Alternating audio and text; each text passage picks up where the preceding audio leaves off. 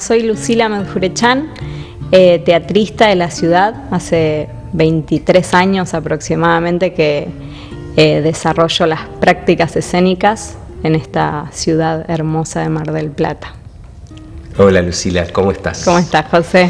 Bueno, bienvenida. Es una alegría contar con vos y me interesaba, ya vamos a ir a cierta focalización respecto a qué me gustaría conversar, pero pensaba 23 años, siendo tan joven, significa que empezaste muy pequeña. Sí, arranqué muy pequeña. Yo calculo esos 23 años que fue concretamente que me encontré con la práctica teatral y dije, esto es lo que me gusta. Pero en sí, mucho antes ya participaba en un taller de títeres de niña, que tuve la suerte de encontrarme con Pepe García de muy pequeña, y Pepe siempre fue una persona que de repente a los 7 años ya te consideraba titiritera y nos llevaba a hacer funciones, a sus funciones, en la biblioteca, en las plazas, en los festejos, en los barrios. Así que de repente es como que lo escénico está, desde que recuerdo, es algo muy presente. Pero con la teatralidad, sí, más o menos 22, 23 años. Pepe es un referente de democratizar, ¿no? El arte de títeres, pero en general. Y 23 años después, ¿cómo ves esa perspectiva vos? ¿En relación a lo de Pepe? Sí, a esta posibilidad de generar artistas o hechos escénicos casi espontáneamente, sin pensar en una preparación. Y pasé por muchas formas de pensar. Creo que tal vez hace 10 años atrás me olvidé un poco de eso, de esa manera de pensar donde el acto creativo o artístico podía estar como más al alcance de todes, y me volví un poquito más rígida en términos de pensar la formación como algo más estricto, donde en mis prácticas tal vez no puse en práctica esa misma filosofía de hacer teatro con algo mucho más disponible. Bueno, nunca tampoco me dediqué a la niñez, pero transcurrido como el tiempo y hoy repensándome un montón, creo que es muy valioso. O sea, como que es una gran capacidad compartir de esa manera el hecho artístico, como decir, bueno, acá están estas herramientas, están estos espacios, ocupémoslos y hagamos. En ese caso era títeres, pero lo pienso así en relación a un montón de lenguajes, la música o en lo nuestro del teatro o en el cine. Como de repente es una manera de mirar el hecho creativo. Me parece muy valioso y que no todas las personas tal vez tenemos esa capacidad de poder llevarlo a la práctica desde un lugar de disfrute. Claro, ese don de gente de Pepe y además su formación autodidacta también hizo que facilitara que su postura estaba como muy convencido de eso, ¿no? Que era por ahí. Sí, totalmente.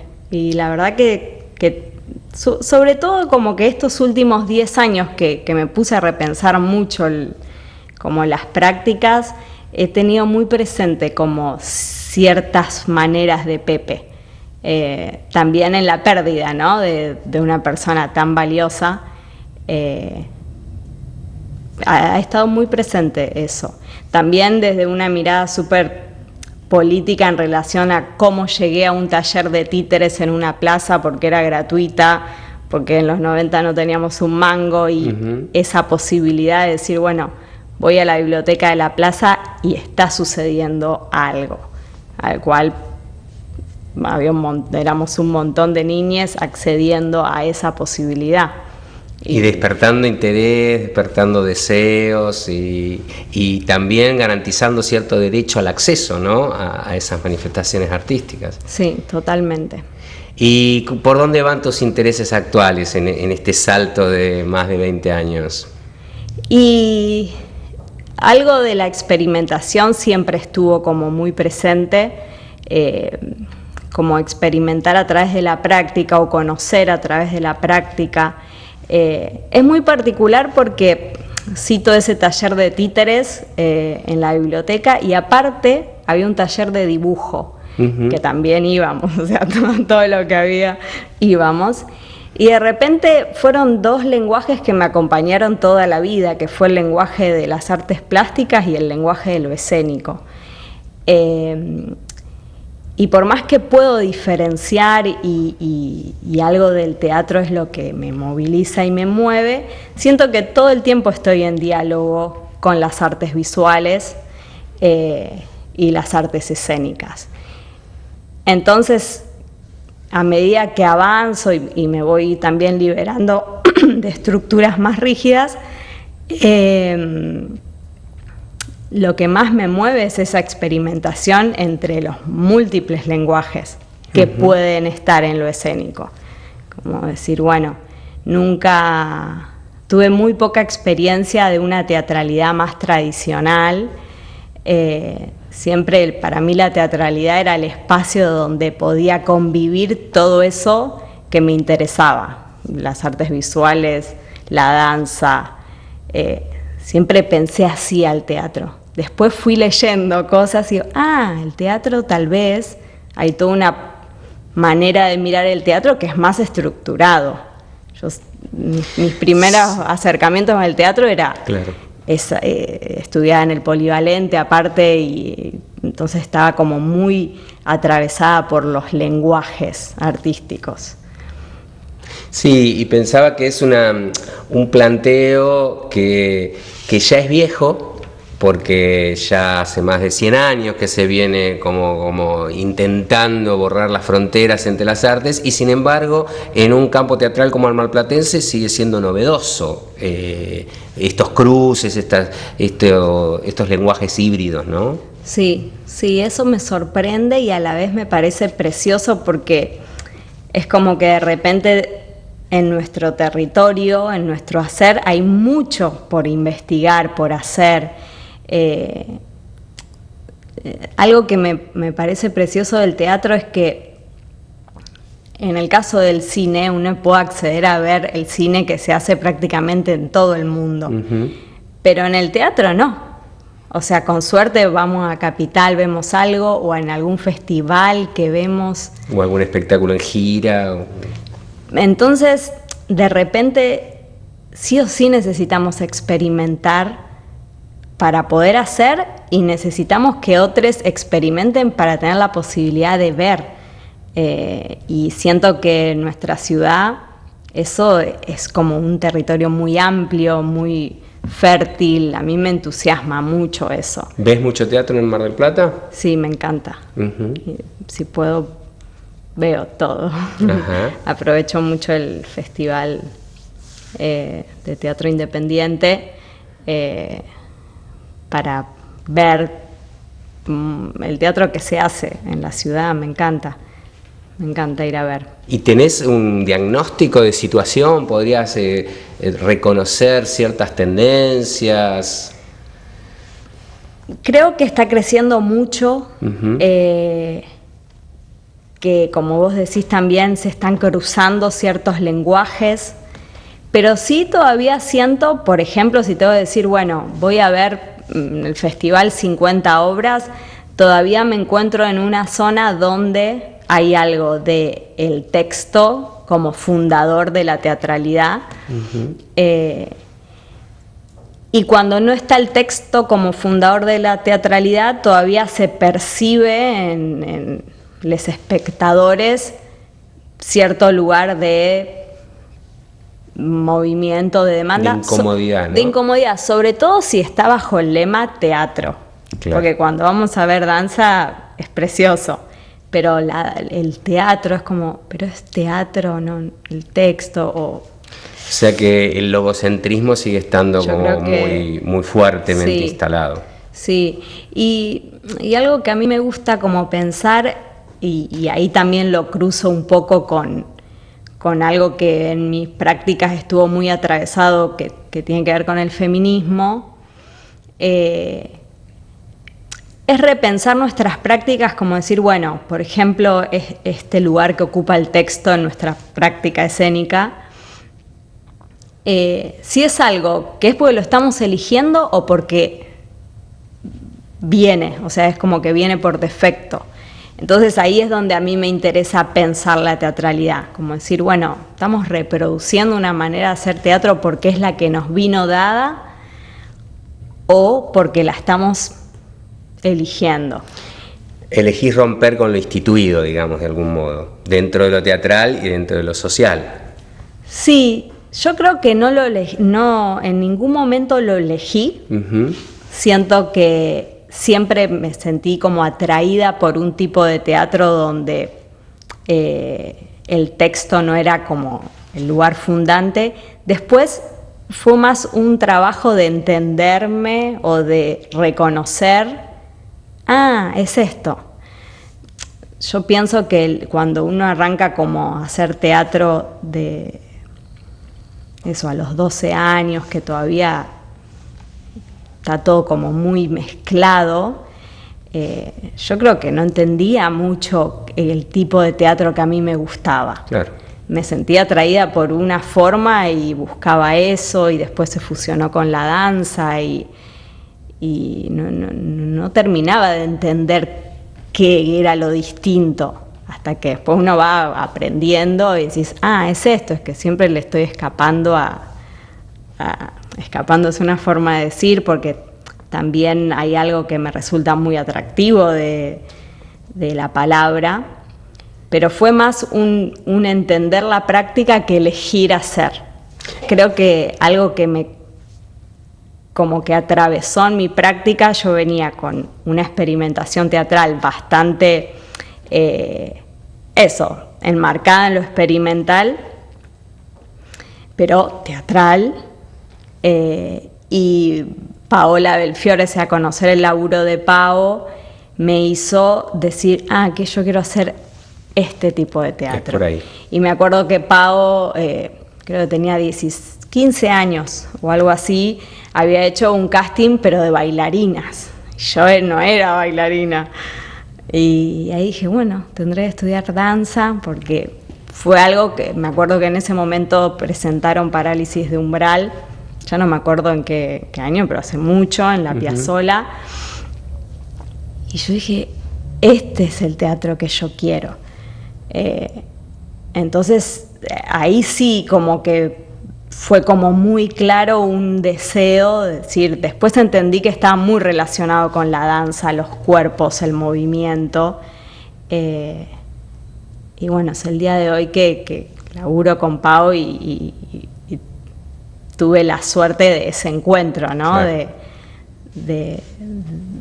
Creo que un poco el hacer teatral es encontrar esas personas con quienes resonás de alguna manera particular. Que decís, vemos el teatro o nos gusta experimentar en esta zona y vamos por ahí. Y mencionabas el feminismo, digo, ¿cómo crees que la perspectiva del feminismo vino a problematizar tanto el pensar como el hacer teatral?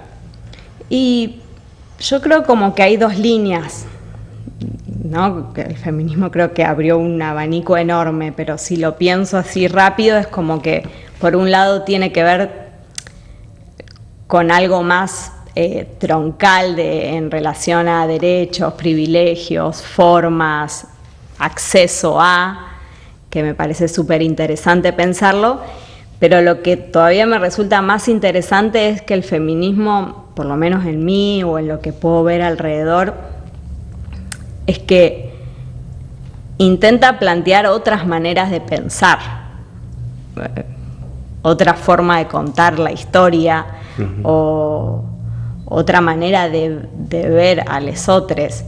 Entonces eso para mí es una traducción muy hermosa a la práctica escénica, como decir, bueno, podemos pensar de una manera distinta la escena, podemos contar el relato, ¿no? En esto que hablamos de lo fuerte del texto, no tanto como texto, sino por reproducir una forma de contar de una determinada forma. Y para mí el feminismo viene a mover todo eso, a decir, bueno, podemos sea, para transformar la subjetividad hay que transformar la manera de pensar. Y eso sí que es complejo, digamos, porque ahí uno dice, yo pienso de una determinada forma, ¿cómo empiezo a mover mi manera de pensar? Creo que cuando uno empieza a mover la manera de pensar, empieza a mover la manera de contar. ¿Y la manera de ver para el público se transformó también? ¿Crees que se abrieron nuevas miradas respecto al hecho teatral? Desde la perspectiva de género hablando, ¿no? Y yo creo que sí, que es inevitable que algo se mueva. Lo que siento es que tal vez desde el rol más de espectador es más lenta la transformación, tengo la sensación. Porque a veces uno como que va al teatro a olvidarse un poco de uno. O sea, se sienta ahí y la manera tradicional es decir, bueno, el espectador está en una zona pasiva y vengo a que los actores, actrices me cuenten algo, pero de una manera como inconsciente. Entonces siento que romper eso es difícil, como que de repente por ahí hay personas que ya tienen en sus prácticas un discurso como de romper, de repensar cosas, de ir por otros caminos a la hora de sus prácticas, pero cuando se sientan a observar hay una exigencia de algo que ya no está en sus prácticas, ¿no? Como decir, el no entendí, o el seguirse tal vez, que yo creo que no, que está bien, que es parte de la transformación esos tiempos, ¿no? Claro. Pero de repente siguen siendo efectivas ciertas fórmulas a las cuales ya no queremos, pero de repente a veces cuando somos espectadores las seguimos demandando, porque son funcionales, porque o sea, lo pienso desde el teatro, pero en gran escala está Netflix, digamos, que sigue generando una forma de contar, y bueno, es re difícil ir en contra de esa máquina. Sí, romper. El feminismo en alguna arista se ha establecido también como un lugar de lucha, de reivindicación y de poner en jaque un montón de prácticas. En ese sentido, ¿cuáles considerás vos que son inadmisibles en este momento y que vos, en cierto modo, confrontás en el hacer teatral, ¿no? Todo es muy acelerado, eso sí me doy cuenta. El feminismo como que vino en lo personal a repensar mucho mis prácticas, como en el hacer escénico, más desde el rol o de actriz o en la dirección, pero también en el dar clases estuvo muy atravesado por el feminismo. Creo que algo que ya es como decir, bueno, ya no, creo que hay un montón de cosas, pero algo muy concreto que me pasa si voy a ver teatro y digo, bueno, ya está, ¿no? Tiene que ver con esta forma de, para criticar algo, seguirlo reproduciendo, ¿no? Que creo que en su momento estuvo bueno, fue necesario visibilizar, bueno, la violencia a la mujer, visibilicemos esto. Ya hay algo en mí que ya realmente quiero que esos lugares ya no necesitemos mostrarlos para criticarlos. Como que creo que estamos en un momento donde ya las mujeres en escena tenemos que ocupar otros roles. O sea, ya no... o sea, creo que eso avanzó un montón, pero el lugar del amante, de la prostituta, de la violentada, de la que muere, o sea, toda esa cosa, ¿no? La que muere en relación a algo de la violencia, digamos, machista, la que es abusada, sometida. Ya esos lugares hay algo que corporalmente me generan distancia. Como si no quiero ver más una mujer en escena para que esté ahí tirada bajo el lugar de la sometida. creo que ya está. O sea, ya... Te escucho y recuerdo también el derrotero que hizo Teatro por la Identidad. Vos participaste también en las primeras ediciones y pasaba mucho de eso. Sí. Y 20 años después decíamos, no podemos seguir mostrando escenas de tortura explícita, de secuestro, de cosas, porque la sociedad cambió, porque hay ciertas cuestiones que ya han sido instaladas, han sido debatidas. Y necesitamos otras formas, otros contenidos para generar el efecto que se pretende, que es la concientización, ¿no? En definitiva. Y poniéndome un poco más fina, también creo que está bueno, como que hay un lugar en el teatro donde, bueno, si se juntan un par de mujeres ya no van a estar en ese lugar, ya lo pasamos, pero también a veces hay una demanda de decir, bueno, hablen de feminismo o hablen de algo de esto, como que de repente empieza la mujer a ocupar un lugar legítimo, pero en esa burbujita, claro. ¿No? Como que, ahora estás habilitada a hablar de feminismo, hablar claro. Solo de feminismo. Pero eso poniéndome fina, crítica, y creo que celebro aún así como todo este recorrido tan acelerado, que yo lo siento así, ¿no? Como, no sé, yo fui primero como teatrista antes de ser feminista, de escuchar la palabra, de hecho. Entonces, estos últimos años fue impresionante todo lo que se puso en la mesa, todo lo que se transformó, por lo menos se asumió las ganas de transformarlo, que eso es lo más lindo, de encontrarse con compañeros, compañeras, compañeres con ganas de decir, che, esto puede ser distinto. ¿Y cómo vas viendo el rol de los hombres en este cambio dentro de las artes escénicas? Y para mí es hermoso el compartir ese camino, porque creo que en un momento fue re necesario, sigue siendo por momentos necesario, como decir, bueno, este binarismo entre hombre y mujer, pero también uno va entendiendo que el patriarcado no es tan blanco-negro, hombre-mujer, sino que en algún punto son formas de poder y estuvo re bueno poder diferenciar, ¿no? Privilegios de género o privilegios de un montón de cosas que no tienen que ver con el hombre y la mujer. Creo que en un momento fue necesario ordenar, pero por lo menos en el entorno teatral, no sé, en otros,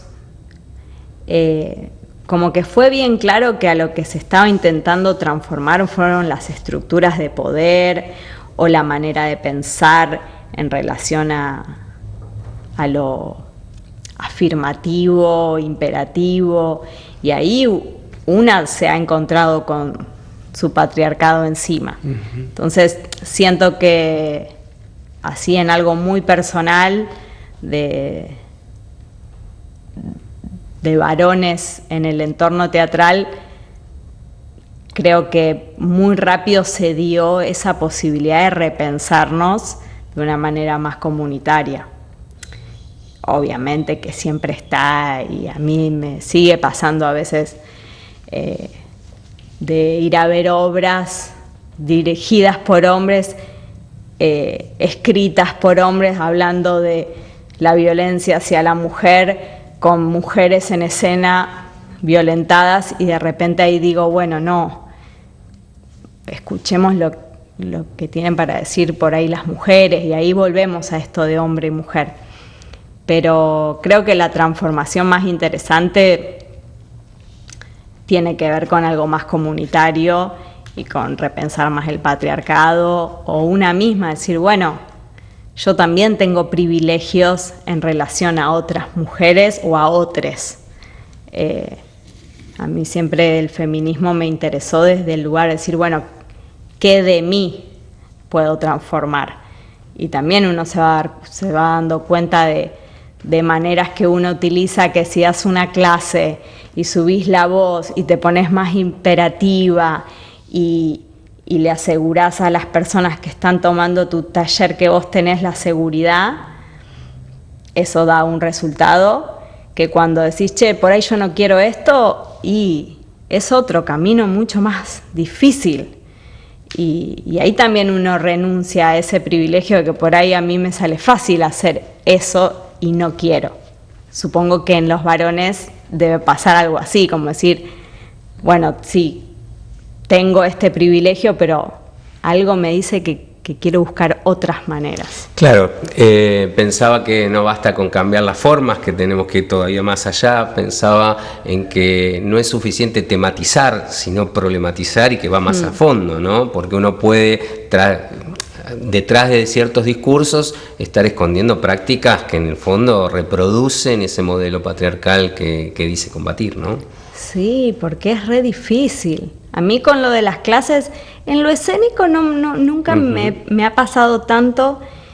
Tal vez de repente hace más de 10 años que con Les Débiles laburamos y el tema de una dirección, como que el grupo mayoritariamente mujeres, entonces como que de repente hay problemáticas que me surgieron mucho dando clases y es muy difícil porque a lo que vamos es un lugar como más incierto. Entonces lo otro nos da mucha seguridad. Decir, bueno, yo esta práctica, sí, quiero correrme, pero es mi lugar de seguridad. Y también para la otra parte, digamos, los estudiantes suelen reclamar mucho ese rango de autoridad del docente, y cuando intentás desvirtuarlo, desdibujarlo, debilitarlo en pos de una democratización también del saber, de la construcción del saber, desestabiliza enormemente. Muchísimo, sí, he disuelto grupos. Claro. Sobre todo cuando te toca por ahí algún grupo donde no solo estás como en coordinación del taller, sino de un proceso escénico, donde es esa figura entre coordinadora y directora, como que a la dirección se le exige mucha certeza, mucha convicción, mucha seguridad, y es difícil para las dos partes. Claro. Es decir, bueno, quien está dirigiendo no sabe hacia dónde está yendo, está buscando. Y hay personas que eso le encanta y hay otras que eso le genera mucha incertidumbre, angustia, claro. Sí. Que también tiene que ver con esto de revalorizar procesos en vez de resultados, pero que en el discurso es simple, pero a veces en la construcción de una producción escénica se vuelve complejo. Sí, y algo para mí que es muy hermoso es que de repente estamos como transitando esto de poner el foco en el proceso, pero a veces queremos que los procesos sean súper comunitarios, colectivos, donde la búsqueda o el riesgo sea como lo que esté ahí generando el motor, pero logrando los resultados que se logran con el proceso más vertical. Entonces creo que ahí es donde es ese desfasaje. Claro. Que hacer procesos más comunitarios van a dar otros resultados. Y esos otros resultados va a haber que empezar a darles cobijo, porque si no de repente es como, bueno, sí, experimentar lo colectivo, todas las voces, pero después nos gusta ir y que haya una voz con claridad de lo que tiene para decir. Los procesos colectivos por ahí no hay una voz, no hay una claridad de lo que se quiso decir, porque hay 11 personas aportando su subjetividad y bueno, da otro... Claro, esa producción habla más del proceso si deja abierta justamente esa multiplicidad de voces, esa diversidad de miradas, etcétera, ¿no? Sí, y eso todavía creo que cuesta un poco. Cuando uno va a ver, nos resulta más atractivo que haya otra claridad, o una voz. Bueno, es lindo eso también, vivirlo o animarse a decir, bueno, nos arriesgamos. Y en cuanto a la recepción, ¿cómo crees que va a haber que seguir trabajando para que sea más amable esto y entonces no se siga buscando determinada tradición teatral tan arraigada? ¿Se te ocurre alguna estrategia? No, yo creo como en lo inevitable, como que de repente los teatristas en Mar del Plata tenemos, creo que algo muy a favor y a la vez muy en contra, que es que no vivimos del teatro que hacemos. Sería precioso, pero creo que no hay teatristas en Mar del que vivan de hacer sus funciones, sí dando clases. Pero eso creo que lo que nos permite es una búsqueda más genuina, y a quienes se les despertó o se nos despertó una búsqueda en esos lugares, como que va a ser inevitable no hacerlo. Y va a ser inevitable que surja esa teatralidad y creo que une en el animarse y en ese riesgo también va aprendiendo y en eso confío en relación a ese diálogo con los espectadores. Sí, no obstante veo en los últimos años que se están reproduciendo en el interior del campo teatral marplatense ciertas prácticas que antes estaba reservado a las grandes urbes, en nuestro caso a Ciudad de Buenos Aires, en cuanto a la circulación, al modo de difundir, al éxito o no de una propuesta, engañosamente atribuida a la cantidad de gente que convoca. Sí, y esa es la máquina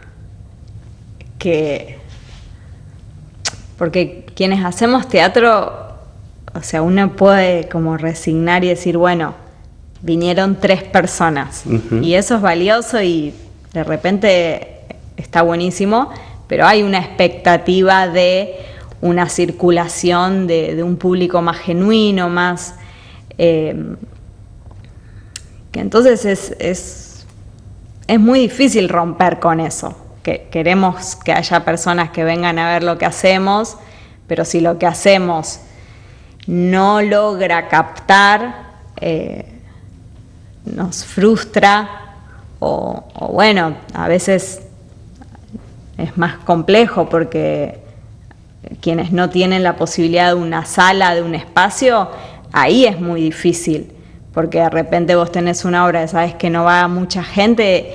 Y si la sala lo sabe, más complejo, porque la sala también se tiene que sostener con propuestas que vaya la gente, porque si no, no sobrevive la sala.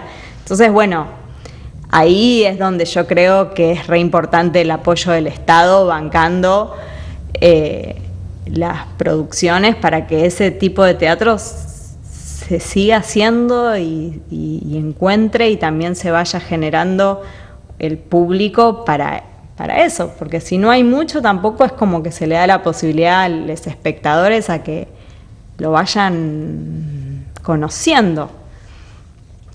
¿Y hay riesgo de ser muy hermético en la propuesta cuando uno se embarca en este tipo de búsquedas?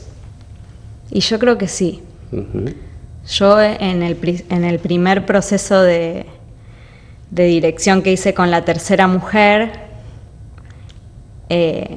dije como, bueno, mi desafío va a ser no ser tan hermética, porque de repente yo creo que uno hace teatro para compartirlo con los otros, y a mí, en el caso de dirigir, digo, bueno, me interesa que quienes se sientan ciertos lugares estemos hablando o dialogando en esta atmósfera, y eso es un aprendizaje, como sin lo literal, compartís esa atmósfera con los espectadores. Yo creo que eso se aprende, y sobre todo en la dirección, haciendo y equivocándose, y el tema es no frustrarse para poder seguir haciendo y seguir aprendiendo, claro. Que ahí es lo difícil. De repente uno se frustra y decimos, bueno, la próxima no me embarco en esta, claro. No sé, o ir encontrando formas sin que se pierda eso que a uno le mueve, que es buscar otras maneras de contar. E ir buscando nuevos públicos, ¿no? Porque uno tiene cierto estereotipo también de lo que el público busca o le conforma o tiene como expectativa. Sí. Y tal vez en eso no estamos lo suficientemente repensándonos para la juventud, ciertos... lo que escapa del espectador medio, sí, que es una persona ya que tal vez sus consumos culturales vienen muy arraigados, porque vio teatro durante hace 20 años, 30 años, de una manera, accede económicamente a determinadas cuestiones, entonces ese es un espectador, ¿no? Un modelo de espectador.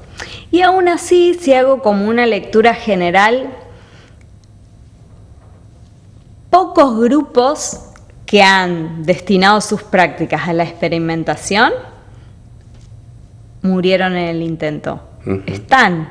O sea que de repente hay un motor que es muy grande que hace posible que eso siga sucediendo. Creo que se desvanecen grupalidades que han logrado lugares mucho más exitosos que grupalidades que apuestan a otro tipo de experiencias o otro tipo de procesos, y eso en algún punto decís, bueno, de repente es más arduo, pero están. Porque el campo teatral marplatense tampoco ofrece esto que hablabas antes, ¿no? Vivir del teatro de otra manera. Tal vez eso se justifique más en Ciudad de Buenos Aires, donde vos en cine, en televisión, en otros medios, podés vivir de la actuación, y entonces la tentación a resignar esas búsquedas es mayor. Sí, o a veces en Capital mismo está mucho más cercana la posibilidad de generar un financiamiento, entonces yo armo un proyecto. Si tengo el financiamiento lo voy a hacer, y si no, no. Claro. Acá se produce igual. Se produce igual. Y si en el camino aparece financiamiento, buenísimo. Creo que la pandemia en algún punto generó todo un movimiento positivo en eso, pero se va a producir igual. Igual y todo el año, además, que es algo novedoso en la historia del teatro de Mar del Plata, ¿no? Hoy la estacionalidad se ha diluido bastante. De hecho, ustedes con su proyecto nuevo decidieron no hacer temporada, y eso es un posicionamiento muy interesante. Sí, porque de repente también supongo que cada propuesta y cada espacio tiene sus particularidades, pero en este caso que trabajamos en el Club del Teatro, al Club del Teatro no llega el turismo. Entonces de repente, más en una propuesta como la nuestra, que tiene que ver mucho con lo experimental, hace años que nos va mejor en la temporada de invierno que de verano, pero de repente esto, ¿no? Lo que se reproduce como, bueno, exacto, ¿cómo no vamos a hacer temporada? Está instituido que hay que estar en el verano, que es una vidriera, que el público va a asistir, el turista, y bueno, a veces hay que también repensar eso. Y hablando de repensar, y ya finalizando, ¿cómo imaginás el teatro en el futuro? Qué hermosa pregunta. ¿Cómo imagino o cómo me gustaría que sea? Bueno, puede ser solo una expresión de deseo, pero tal vez se concrete. Pensemos que se unan. Y me gustaría, o pienso, porque de repente veo que vamos hacia un lugar donde el teatro como que se vuelva a contemplar como algo más de la vivencia, de la experiencia, del ritual, donde no estamos buscando la obra perfecta que contenga todo, sino que de repente nos volvamos a vincular con ese hecho más ritual, que a medida que avanza yo digo, claro, el teatro es rarísimo, porque vas y está ahí la persona, con 3 espectadores, con 40. Me encantaría que el teatro del futuro tenga mucha relación con ese aspecto ritual de encontrarnos en un mismo espacio, en un mismo tiempo, a compartir una mirada del mundo. Como si la tengo que pensar, diría eso. Muchas gracias. Gracias a vos, José. Y así termina este episodio. Te invitamos a seguir recorriendo nuestro territorio teatral. Nuestro contacto, cartografíasteatrales@gmail.com.